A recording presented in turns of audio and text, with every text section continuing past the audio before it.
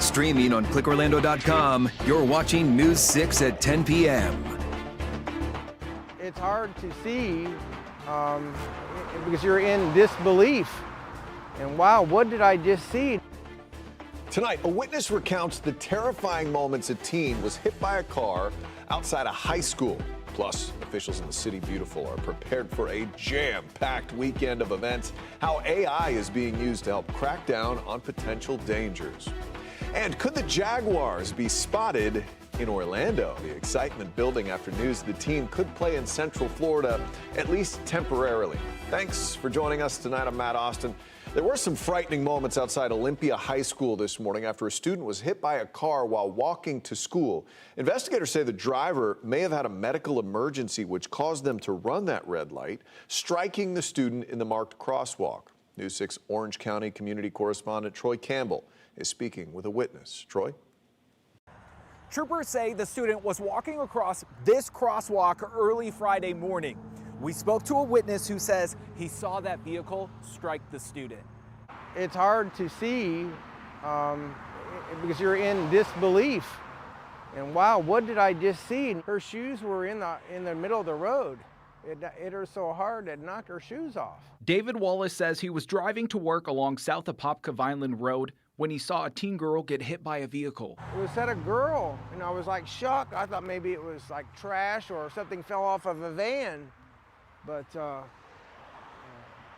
she just like rolled onto the ground. Florida Highway Patrol says the 15-year-old student was crossing South Apopka Vineland Road near Conroy Windermere Road just after 7 a.m. on Friday outside Olympia High School when she was hit. There was a group of kids still on the curb, but she started walking first, and she just hit her. Troopers say the driver of the vehicle, a 65-year-old woman, ran the red light at the intersection. People stopped, got out of their cars, and then they were waving down the cops that were at the school. However, FHP says it may be unclear why the driver ran the red light. Investigators say she drove herself to nearby Dr. Phillips Hospital. Troopers say the driver says she suffered a medical episode and lost consciousness in the moments leading up to the crash, adding she was unaware she had hit anyone. It's very heavy, a lot of traffic. That turning lane backs up like a mile, and it's really hard to get through there at the busiest time when school's getting ready to start.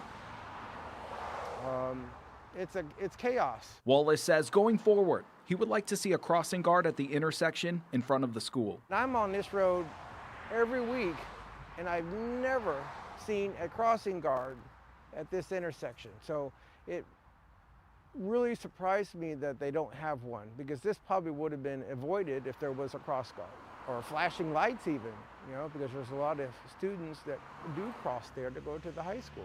And again, thankfully, the student is expected to be okay, and troopers say the investigation is ongoing. I'm your Orange County community correspondent, Troy Campbell, News 6.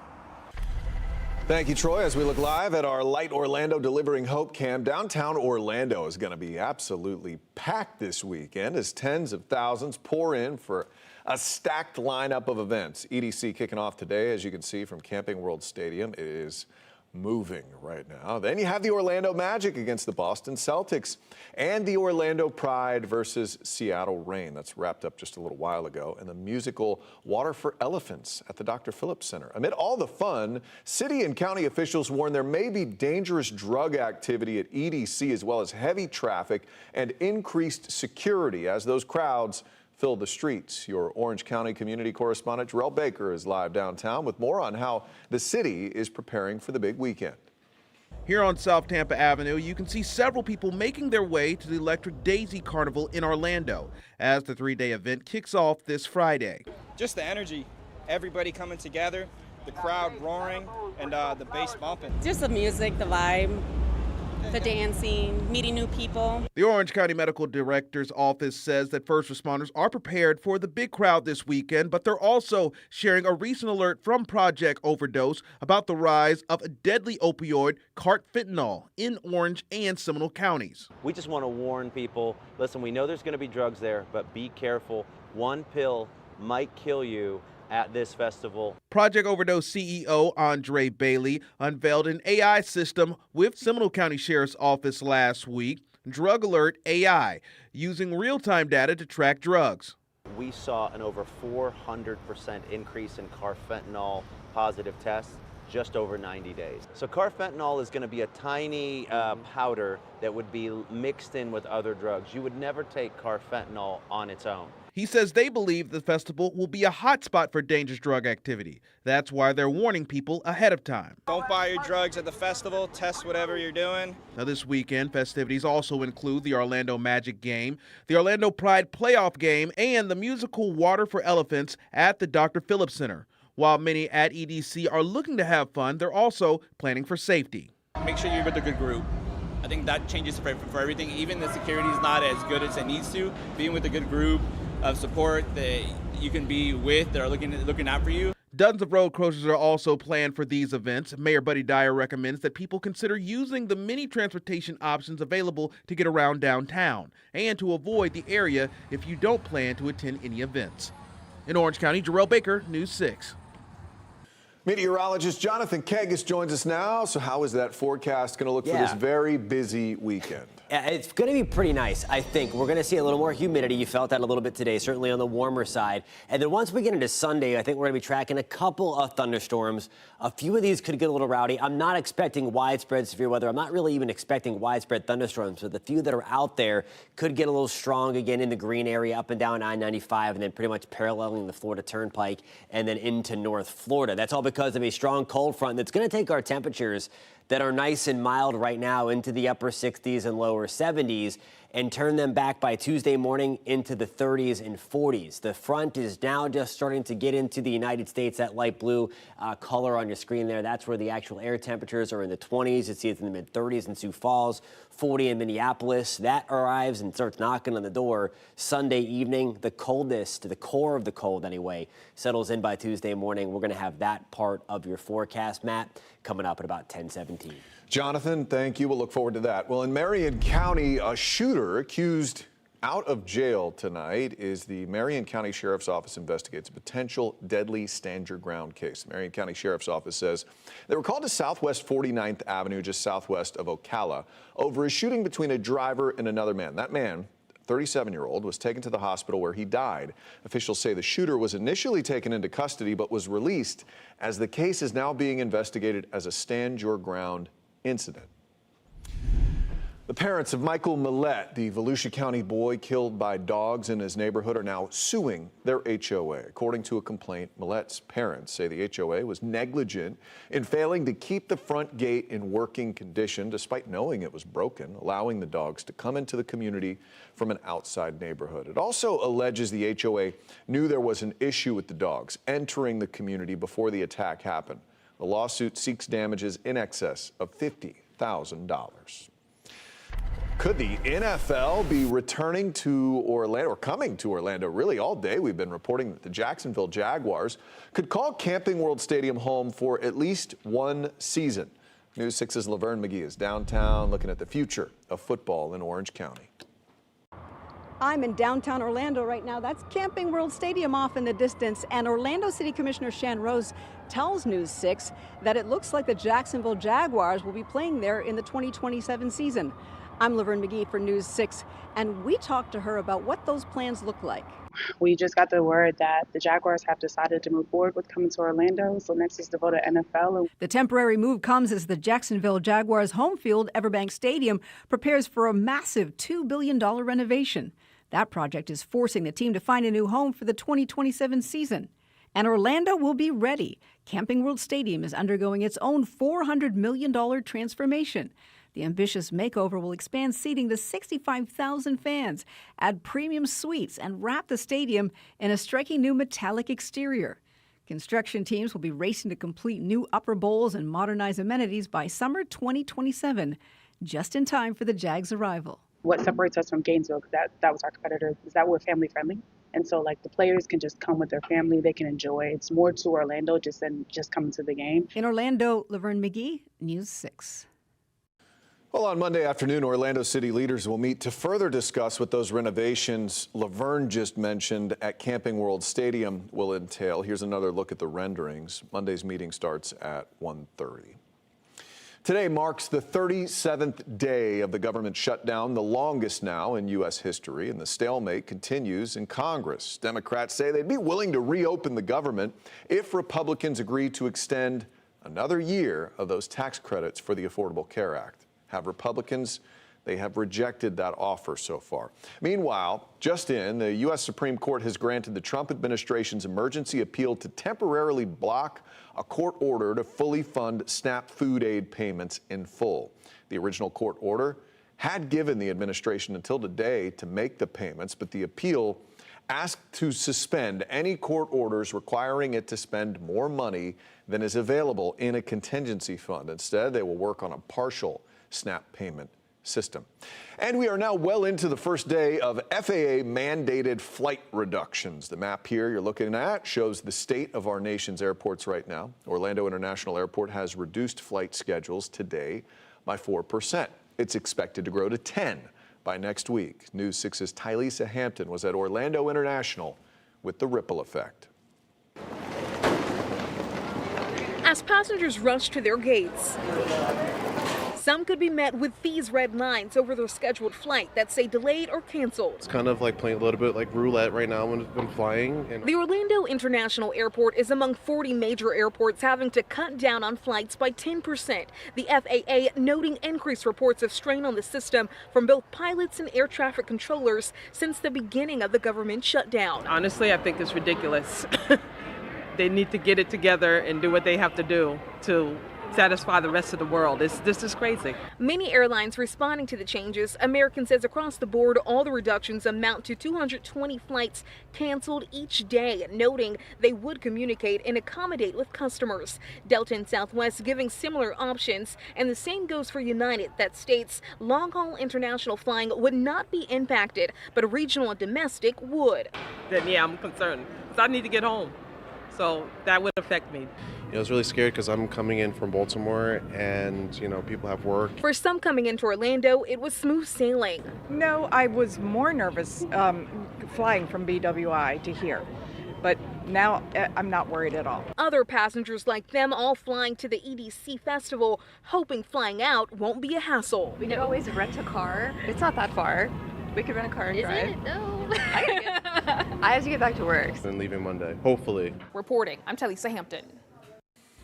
That government shutdown isn't just impacting the skies, but the seas and space as well. Up next, Brevard County community correspondent James Sparvero looks into the concerns from cruise goers and the future of rocket launches as that shutdown continues.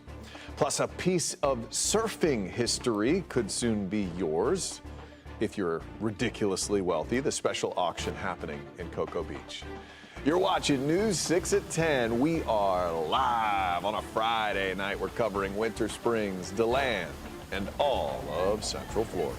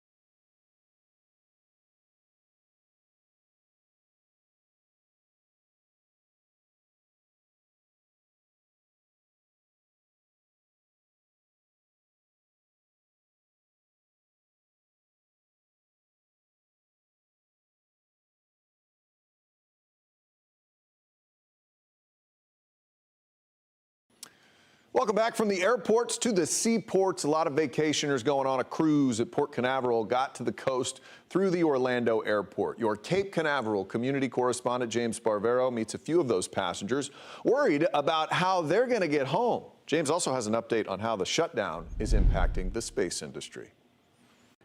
For some of the thousands going on a cruise Friday at Port Canaveral, they're worrying if they'll get back home on schedule. I just met some guests here from states like Louisiana and Connecticut who, due to the government shutdown and new flight restrictions, tell me they're having a harder time enjoying their trips. How much anxiety might you have right now? A lot. My brother even told me I'm going to start losing sleep over it. The situation the country's in right now, does it make it a little harder to enjoy a vacation, just relax? It does, yes. Lift off.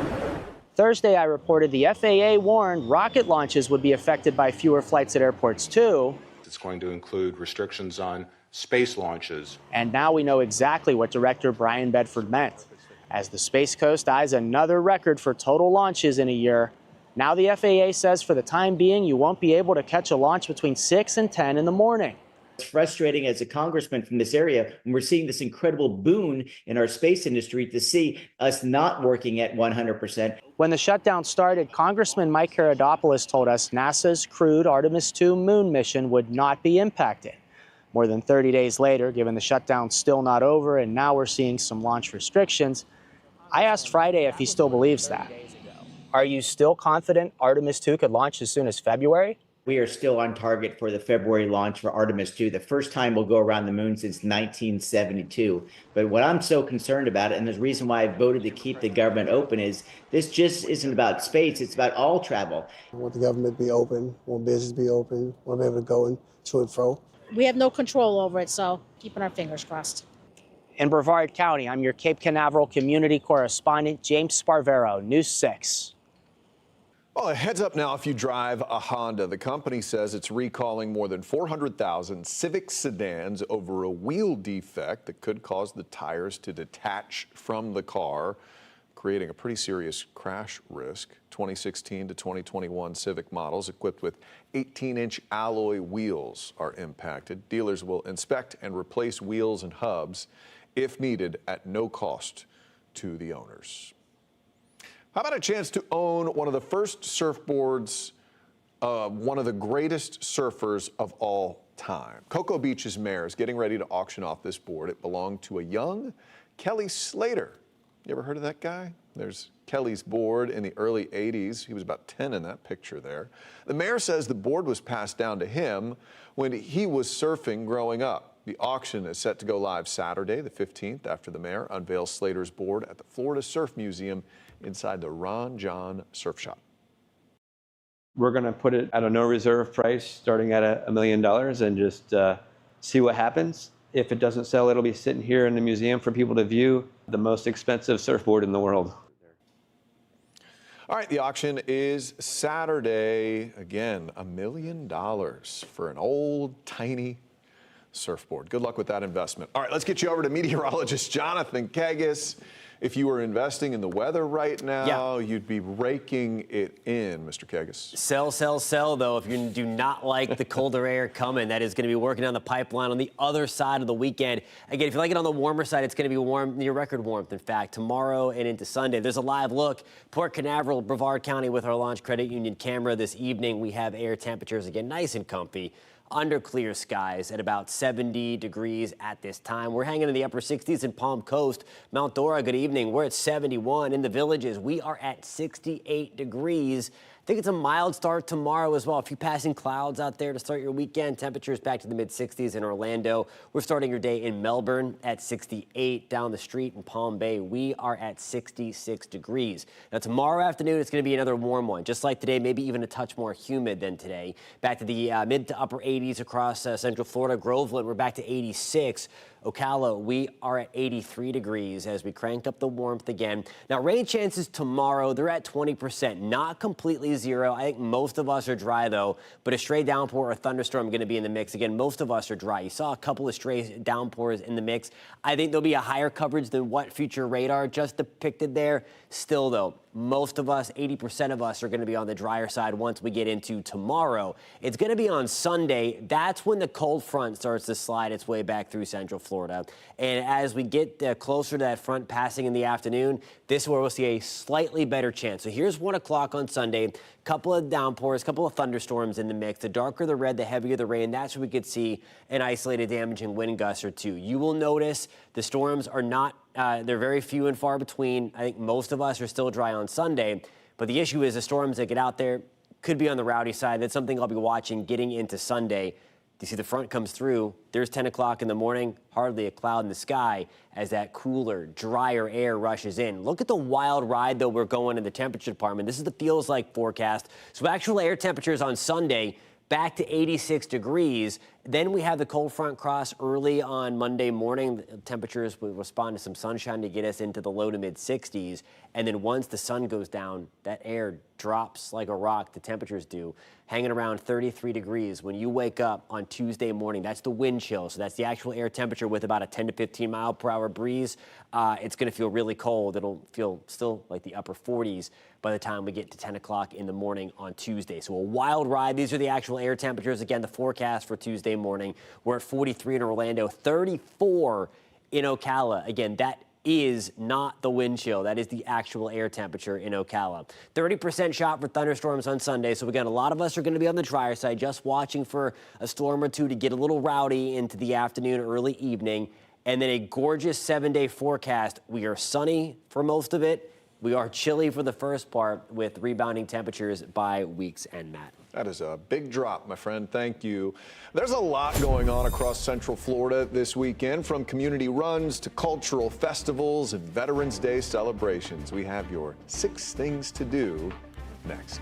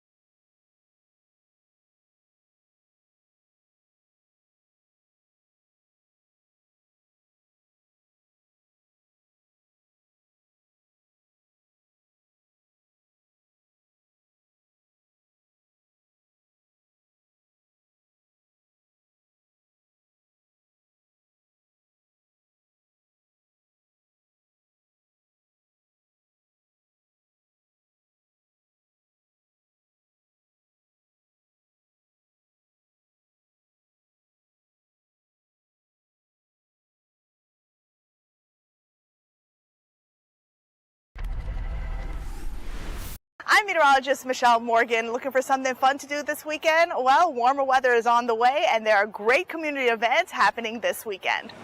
First up, the Autism Speaks and Power Walk and 5K run at Cranes Roost Park will be happening this Sunday, celebrating community and inclusion. I spoke with the community engagement manager, Colleen Almodovar, about what you can expect. So by coming together, we are showing support to our Central Florida autistic community by bringing awareness and as well just having a good day and share our experiences. Just like me, I'm an autism mom, and I think that this kind of events is where I feel heard and I feel seen. It starts at 9 a.m. In Leesburg, the Veterans Day Parade rolls through this Saturday at 11 a.m. on Main Street. Come out with your heartfelt gratitude and big community pride, and don't forget to stay hydrated. This weekend through November 11th, veterans and active military members get free admission to the Central Florida Zoo. The Orlando Japan Festival is this Sunday from 11 a.m. through 5 at Kissimmee Lakefront Park. Enjoy music, dance, delicious food, and free admission and parking. The Space Coast Art Festival hits the Avenue Vieira this weekend, Saturday 9 to 5, Sunday 10 to 4. Enjoy unique art, family-friendly fun, free admission, and parking. Join the community event Saturday at Cross Life Church in Oviedo starting at 9. There will be food, games, live entertainment, and 250 plus vendors.